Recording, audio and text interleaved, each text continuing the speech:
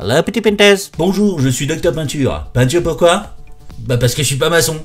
Pourquoi parler là comme ça de Docteur Peinture? Eh bien, je vais vous aider, si ce n'est vous éclairer sur la protection des marques et des logos. Demain, tu crées une entreprise. Admettons que tu veuilles l'appeler Docteur Peinture. Qu'elle fasse faire ce petit follower. Admettons, tu travailles son logo des nuits durant et tu finis par torcher ça.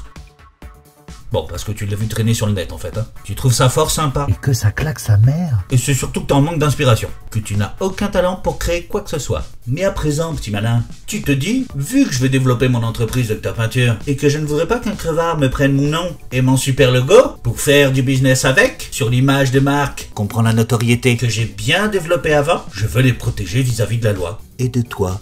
Alors comment faire? Eh ben t'es en France. Et comme tout ce qui est en France, c'est une question de pognon. Tu as deux alternatives, mais je te conseille fortement de faire les deux. La première, c'est le dépôt légal de l'INPI. Oui, je sais, ce qui va suivre risque de te paraître long et chiant, mais crois-moi, C'est pas faux. tu n'as pas le choix. Et en plus, je vais faire super court.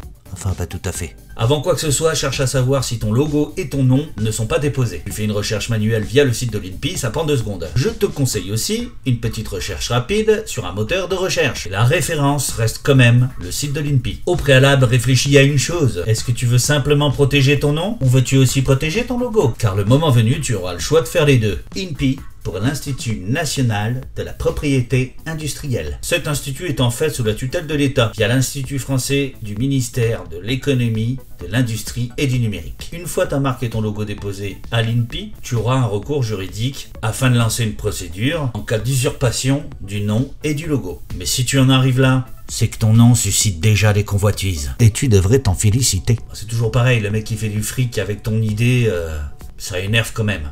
Alors voyons en détail comment ça fonctionne. Il te faudra créer un compte perso et valider ce dernier via ton mail. Jusque-là, rien de bien sorcier. Procédure tout à fait classique. Et j'ai envie de dire. C'est maintenant que tu vas choisir si tu veux déposer un nom, appelé marque verbale, ou un nom et son image, appelée marque semi-figurative, car elle est à moitié verbale et dessinée. Une fois ce choix de fait, il faut que tu renseignes l'identité du déposant, du destinataire du suivi, etc., qui sont bien souvent les mêmes, moi. Enfin, toi. Il existe plusieurs catégories dans lesquelles tu vas pouvoir enregistrer ton nom et son logo. Elles sont nommées classes par l'INPI. Un enregistrement classique permet de déposer dans 3 classes différentes ton nom et son logo. Tant que tu es dans la même classe, par exemple classe 1, tu peux cocher tout ce qui est déjà présent dans cette classe. Quand un élément est manquant, tu peux toujours l'enregistrer manuellement, mais cela te comptera comme une classe supplémentaire. Mais au-delà de 3 classes, que faire? Eh bien, tu pourras en ajouter autant que tu veux. Rappelle-toi, t'es en France. C'est une question de pognon. Cela te sera facturé une trentaine d'euros la classe supplémentaire. Ah ouais, quand même. L'intérêt de cocher le plus possible de désignations dans chaque classe est bien sûr évident. Plus tu seras précis dans ce que représente ton nom et ton logo, et moins tu seras usurpé. Prenons par exemple Docteur Peinture. Inscrivons-le en tant qu'entité qu'on prend société de service, peintre et applicateur de revêtement par exemple.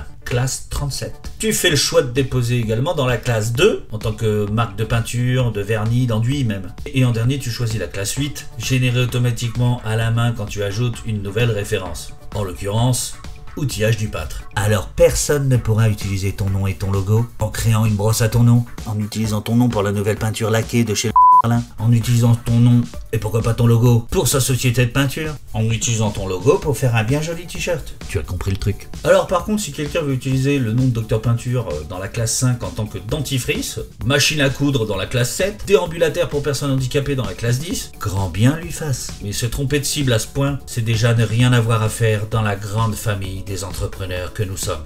Et être à la limite un petit peu débile. Faut dire ce qui est, le mec qui s'appelle Docteur Peinture, il va pas fabriquer demain des couches culottes pour les bébés, ou les vieux. Ou des serviettes hygiéniques. Une fois le dossier correctement rempli, une fois vérifié, Bah tu passes en caisse. un dépôt classique verbal, c'est 200 €. 10 € de plus pour un dépôt semi-figuratif.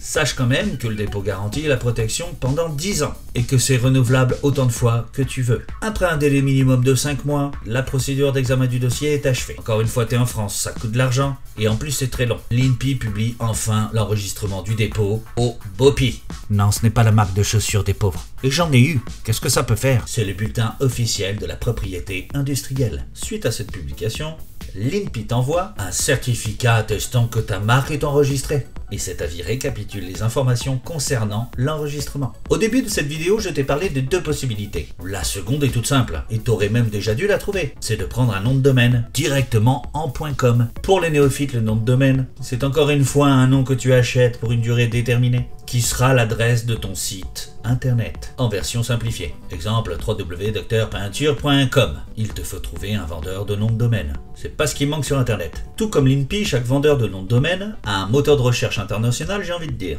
Il te servira à savoir si le nom de Dr Peinture, par exemple, est pris ou pas. Un .fr désigne un site en France. Un .be désigne un site en Belgique. Tandis qu'un .com, c'est l'international qui s'ouvre à toi. Le .com, c'est environ une dizaine d'euros par an chez OVH par exemple, et le .fr environ 8 euros par an. Tu peux faire aussi des abonnements sur 2 ans ou plus. Pour le moment, la loi est encore floue à ce sujet, voire incomplète en ce qui concerne les noms de domaine. Mais déjà, tu pourras aussi faire valoir, comme preuve en cas de problème, la date d'enregistrement de celui-ci. Sache pour finir que seul le dépôt légal à l'INPI sera reconnu devant un tribunal. En tout cas, à l'heure où je te parle. 2018 quoi. C'est ainsi que s'achève cette brève vidéo, un peu longue. Si elle t'a plu, lâche un petit pouce bleu vers le plafond tout propre que tu as peint. Je suis mignon. Et retrouve-moi sur Instagram, Facebook et Twitter, car si tu me suis que sur YouTube, tu loupes forcément des trucs. À bientôt pour d'autres aventures.